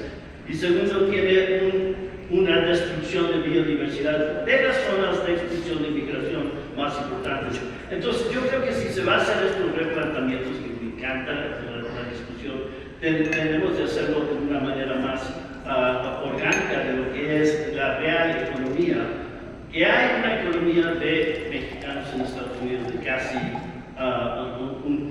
el billón de dólares, casi del tamaño mexicano, que nunca se toma en cuenta, pero que como un replanteamiento de cuál va a ser el saneamiento fiscal del siglo XXI se debe de incluir en estas grandes discusiones. Gracias. Vamos a una segunda pregunta, me parece. Hola, buenas tardes, Jafet Sánchez. Muchas gracias por sus exposiciones. Mi pregunta va dirigida para la secretaria Lucelena. Usted al inicio de su exposición platicaba, proponía la idea sobre el desarrollo regional de México para el próximo sexenio. ¿Tiene idea de algún proyecto que puedan impulsar para la administración, ya sea en el sureste, en el norte de México o en alguna región en particular? Esa sería una. Y si está proponiendo o si está analizando la posibilidad de impulsar más reformas en aspecto de materia de austeridad. Solamente serían esas dos. Muchas gracias. Y vamos a la tercera pregunta. Sí. Hola, yo soy Juan, estudio economía y la pregunta es que se habló de impuestos indirectos, impuestos directos. Lo que yo quiero preguntar es, ¿qué pensarían de reformar, por ejemplo, el ICR, que la última tasa marginal ya sea como del, no sé, más del 35 como es ahorita? Por ejemplo, Chile tiene como 40, querían cambiar a 43, pero no pasó. O sea, pero no dejar intacto, por ejemplo, la tasa cero hacia alimentos y medicinas, y bueno, o sea, que al final sin privilegiar pues justicia por eficiencia. ¿Hay una más? La tomamos. Hola, gracias, buenas tardes. Mi nombre es Santiago Renteriano Lazo, reportero en el CEO. Tengo una pregunta para el ex subgobernador Esquivel. ¿Qué le dice la doctora Claudia Sheinbaum respecto al tema de finanzas públicas? ¿Qué nos puede contar al respecto? ¿Tiene alguna preocupación la doctora por lo que se ha comentado aquí de los déficits, del endeudamiento, de la recaudación tributaria? No sé si me podría decir algo al respecto. Bueno, gracias. Vamos a pedir primero a nuestro panel que responda. No sé quién quisiera empezar. Muchas gracias por las preguntas. Quiero hacer una aclaración. Yo soy secretaria de Finanzas de la Ciudad de México. Entonces, en términos sobre todo por la pregunta puntual del compañero, de cuáles son las propuestas que tienen, yo sigo en mi función institucional y no puedo, o sea, no tengo elementos para plantear propuestas de ningún tipo. O sea, yo simplemente con lo que estoy tratando en esta mesa, que es una mesa pues, de análisis de política fiscal y de finanzas públicas, pues desde nuestra experiencia, ¿qué es lo que consideramos? ¿Perdón? ¿Qué? ¿Qué es lo que estamos considerando? Entonces, pues no. Pero sí también en términos de hacia dónde vemos pues el cimiento del país y las bases que se han sentado también en el país, o sea, también un poco retomando la preocupación del compañero, yo no lo dije en mi exposición, pero estoy convencida de que se va a avanzar en términos de energías renovables. O sea, eso creo que no, o sea, vamos a ir para allá, ¿no? Y sobre todo por el perfil no me dio tiempo de platicarles las cosas que se hicieron en esos temas en la Ciudad de México, pero pues hay un tema de formación que va hacia allá. ¿No? Quería hacer esa aclaración. Sí, cuando comentas estos déficits, me parece muy importante. Quizás se dijo de manera más indirecta, pero la preocupación que hay, me atrevo a decir que de esta mesa, por el tema de seguridad social, pues de ahí viene, ¿no? Es decir, la informalidad de la economía, la falta de esquemas de protección social y de manejo de riesgos para las personas en México, definitivamente ha sido un factor que ha impulsado pues, la salida de muchos mexicanos, ¿no? Hace muchos años yo hice un estudio precisamente que estudiaba los distintos esquemas de protección social que familias en situación de pobreza utilizaban, ¿no? Para hacer frente a situaciones como enfermedades catastróficas, desempleo, y justo la migración pues, resultaba en ese estudio un esquema. Entonces, yo creo que por eso es importante replantear la seguridad social, es importante conducirnos hacia esquemas pues que ya no dividan a los mexicanos entre los que tienen IMSS y los que no, sino que vayamos ya planteando la ruta para eventualmente que converjan estos esquemas y atender este aspecto pues, que lleva una vida. El otro, y también yo hablaba de que por eso no podemos ver solo el déficit financiero, que es muy importante, o sea, no le quito nada de la importancia siendo economista y un analista de finanzas públicas, pero creo que sí tenemos que ver los déficits desde otro punto de vista. Y yo les platicaba de que sí han habido recortes, precisamente por el bajo crecimiento de los ingresos, se han acomodado nuevos proyectos, hay crecimiento de obligaciones, pues también este 5.4 que vemos, que por sí es muy grande, pues, pudo haber sido mucho más grande si no se hicieran algunos recortes. Y creo que hay algunos temas que se han descuidado, entre ellos el tema del cambio climático. Ese se ha descuidado en muchos otros aspectos, no es la mesa para tratarlo, pero creo que en tema, hay subinversión en ese tema. Y justo participé en el Foro de París, que tuvo lugar en noviembre, en donde se reunieron mandatarios de decenas de países y los principales líderes en temas de financiamiento público para hablar que es el tema número uno de preocupación, cómo se va a financiar el cambio climático, especialmente en las economías en desarrollo y emergentes, porque se va a requerir mucha inversión en infraestructura y ya sabemos que el gobierno no cuenta con esos recursos en el corto plazo y nos va a tomar tiempo tenerlos. Entonces, por eso es que insisto yo en que sí es importante crear esquemas de colaboración con el sector privado, pero veo pues que el gobierno actual está yendo más bien por no, o sea, reducir más bien esas colaboraciones, por lo que viene, por los datos que vemos, y más bien acrecentar el rol del Estado. Pero mi pregunta es pues, ¿con qué recursos se va a acrecentar las inversiones para estatales? Entonces ahí hay un tema de fondo que yo creo que además del tema de financiamiento de pensiones tenemos que poner en la mesa el tema del rol del Estado y qué va a pasar con estas colaboraciones en el corto plazo, que creo que sería un vehículo estupendo. Y sobre el ISR, de hecho, se ha trabajado mucho en ese tema del ISR. Hay una publicación que promovió la Fundación Ebert de Alemania con varios expertos en temas fiscales, y justo salieron ahí algunas estimaciones de que por supuesto hay potencial recaudatorio. La propuesta es precisamente que ese último nivel de ingreso, ¿no? El último pudiera desagregarse más para que pues, pagaran una mayor tasa algunas personas que están ahí, ¿no? Y que tienen ingresos muy altos. Entonces yo creo que eso va a dar desde luego un potencial recaudatorio, pero hay que aclarar que eso no va a resolver el tema de sostenibilidad de las finanzas públicas, ¿no? Y es por eso que sí debemos hablar también del IVA y de otros impuestos, en mi opinión. Carlos. Sí, brevemente, no puedo más que coincidir en el tema de los dos déficits, y en particular creo que el ambiental es muy preocupante. En ese sentido coincido, el país tiene que invertir mucho más en energías renovables, y creo que, pues como ya vimos en esta mesa, otra vez aquí no hay un tema de ideología, sino que no hay el espacio fiscal para que el gobierno haga todas las inversiones. Entonces, en este sentido, me parece que sería mejor una política energética en la que las inversiones públicas se dediquen a expandir la transmisión y la distribución por parte de la CFE, y que por otra parte sea el sector privado quien genere las energías renovables. Y además, en ese sentido, el tema que mencionas del déficit ambiental es clave en la otra cuestión que estamos hablando, que es Pemex, porque cada vez va a ser más difícil, ya no solo más caro, ya no van a financiar a Pemex por un tema ambiental, entonces cada vez se va a encarecer más o imposibilitar el financiamiento a Pemex si no hay un viraje, digamos, en la política de sostenibilidad de Pemex. Y en cuanto a lo que preguntabas, Juan, respecto a los temas primero del ISR, yo creo que sí hay espacio para tener una escala más progresiva en el ISR de personas físicas.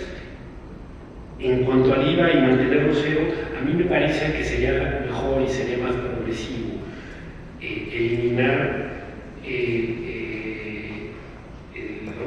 comenzar a cobrar IVA en alimentos y medicinas. Al final eso es regresivo. Creo que sería mejor pues, que las personas de ingresos más altos pudieran pagar IVA en los alimentos que consumen. O si una persona de altos ingresos va y compra bienes de alimentos, a lo mejor no paga IVA.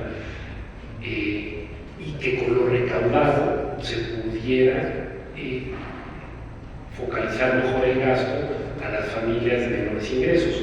Sé que eso no es fácil, y creo que para ello pues, lo que se requiere en el país fundamental es mejores censos para poder identificar a las personas de menores ingresos, y en ese sentido, pues, que mejor que Gerardo Esquivel esté en el equipo, que es un experto en esto, y creo que eso sería mucho más progresivo que mantener el no cobro al IVA en alimentos y medicinas.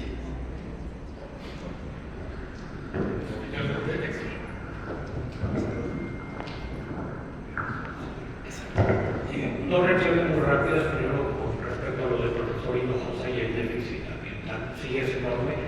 Afortunadamente, INEGI está trabajando en una cuenta satélite de capital verde. Se logró como hace 6-7 años que la Secretaría de Hacienda empezara a hablar de población en los criterios generales de política económica. Yo creo que el siguiente paso es que en este ejercicio, que es tan importante para todo el año en términos fiscales, se habla de pasivos contingentes, una medición que la Secretaría de Hacienda no diga alguien calculó, sino de que diga o yo avalo o yo la hice. Creo que sería importante. Y segundo, pudiera haber un índice equivalente para el capital capital verde del país. Y ya empiezas a pensar en una lógica de cuentas generacionales, incluso el costo que está habiendo de crecimiento, de impuestos, etcétera, etcétera, etcétera. Sí. Y una reacción a lo de Juan, yo creo que hay una coincidencia en la mesa. Hay espacio para que la tasa de ISR de las personas físicas tenga un bracket más alto al final, pero recaudaría relativamente poco. Entonces, si queremos que nos saque de muchos problemas, hay muchas razones por las que se puede poner, pero si creemos que nos va a salvar fiscalmente, yo le echaría el ojo a muchos gastos fiscales o recursos recaudatorios, como ahora se les dice, que terminan siendo bien regresivos.